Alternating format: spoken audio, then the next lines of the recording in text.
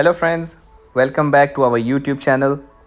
In today's video, I will be sharing our experience and complete details of Dubai to Qatar road trip. Please stay with us till end of this video to know all the details from timelines to border crossing of Saudi and Qatar and all the visa requirements. It's June 15, 2024 and we have 4 days of Eid al-Adha holidays in UAE. Therefore, we have planned a family vacation in Qatar with 3 nights stay. Doha is the capital city of Qatar, located on the Persian Gulf with a population of 1.2 million people. Overall population of Qatar is 2.7 million. It's a small sized country with total area of 4,500 square miles.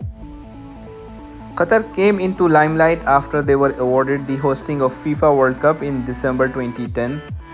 After which they did massive infrastructure development within a span of 12 years until the FIFA World Cup, which happened in 2022.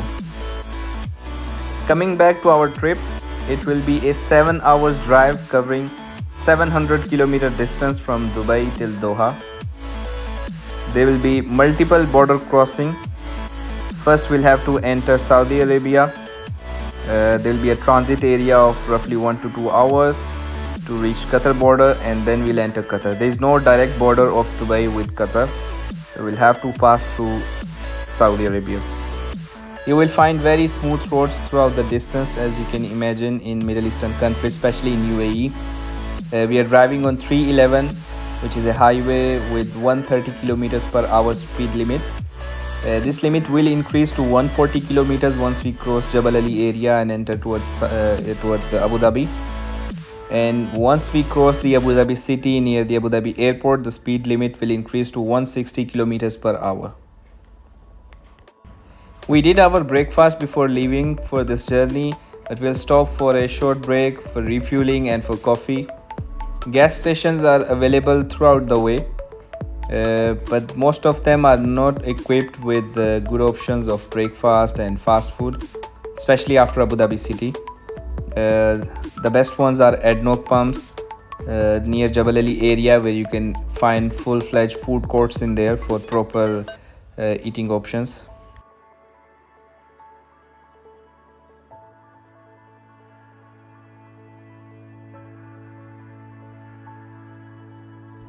As I mentioned earlier, speed limit will increase to 160 kilometers per hour once we cross Abu Dhabi City. I'm using cruise control on this empty road. There is this strange white snowy sand on the way on Abu Dhabi to Saudi road, but I'm sure it can't be snow at 47 degrees temperature. We started at 10 a.m. in the morning. Now it's 1:46 and we have reached the UAE border. There will be multiple border crossing in this trip. First one would be exit from UAE border. I always had this perception that UAE-Saudi border is very crowded. We heard from people who go on Umrah by bus, but luckily it was empty. There was no traffic, no queue, and it was a very smooth exit. For some reason, by road exit of UAE is not free. There is an exit fee of 30 dirhams per person. We have had this experience previously while we went to Oman by road, and now this time again while exiting from UAE to Saudi, there is a charge of 30 dirhams per person.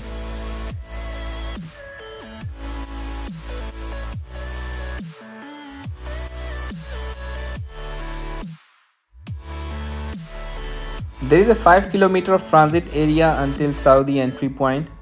We have to enter Saudi because there is no direct border of Qatar with UAE, which means you must have Saudi Arabia visa, which is quite easy to obtain nowadays with 1 year multiple entry tourist visa easily available online.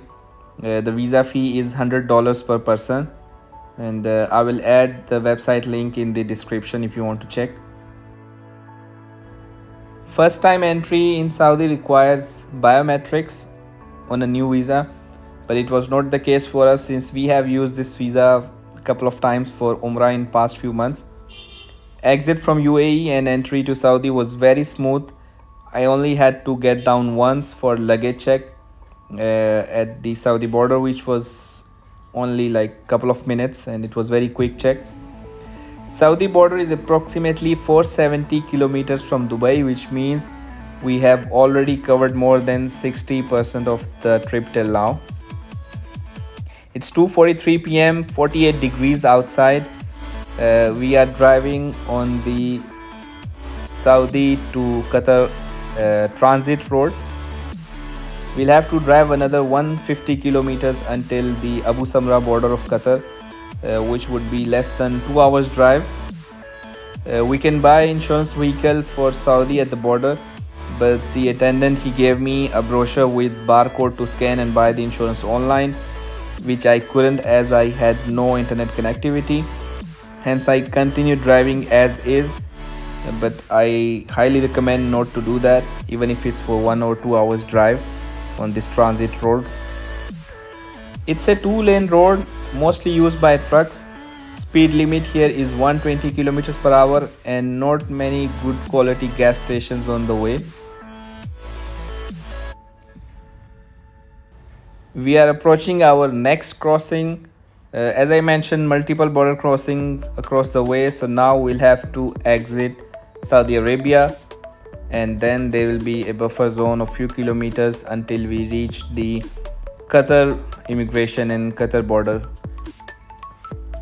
Qatari visa is easily available on arrival. If you want to save time at border, pre-register your vehicle on Haya portal, which is government website and application. And another important point is, if you book hotel through Discover Qatar website, it's a government website and you will find a lot of hotel options there. If you book it through that website, your visa will be free. If you have done booking through other channels like booking.com or hotel.com, then you'll have to pay a visa fee of 100 Qatari riyals per person. Visa process was smooth at Qatar border. They checked our passport and ID cards. Since I have not done the pre-registration through Haya portal and I have not done the bookings through Discover Qatar, they had to issue a visa and do all the checking and typings, which took few minutes. We are now entering Qatar, and remaining distance from this border till Doha city is roughly 90 kilometers, which is less than 1 hour with speed limit of 120 kilometers on this road. It's 6 p.m. in the evening when we are entering Doha, so it took us exactly 8 hours.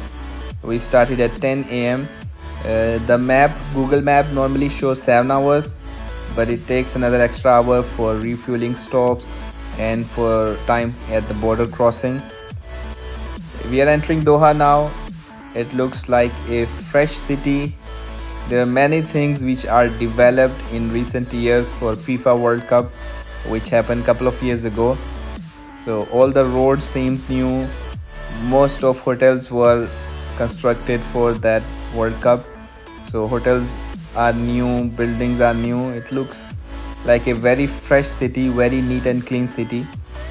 Finally, we reached our destination after 8 hours of drive. We will be staying at Millennium Hotel Doha, which is in the main city. Why I chose this hotel was because they had the option of connected rooms, which was not easy to find. Most of 5-star hotels, they have separate rooms with 2 beds mostly. So family rooms are not easy to find. I will be sharing a short view of the rooms from inside before ending this video. I hope you enjoyed it and you found it informative. Please feel free to ask any questions you may have regarding this trip. If you are planning for a visit, I'll be happy to answer your questions. And most importantly, don't forget to like, share and subscribe if you have not done it yet. And until next video, goodbye.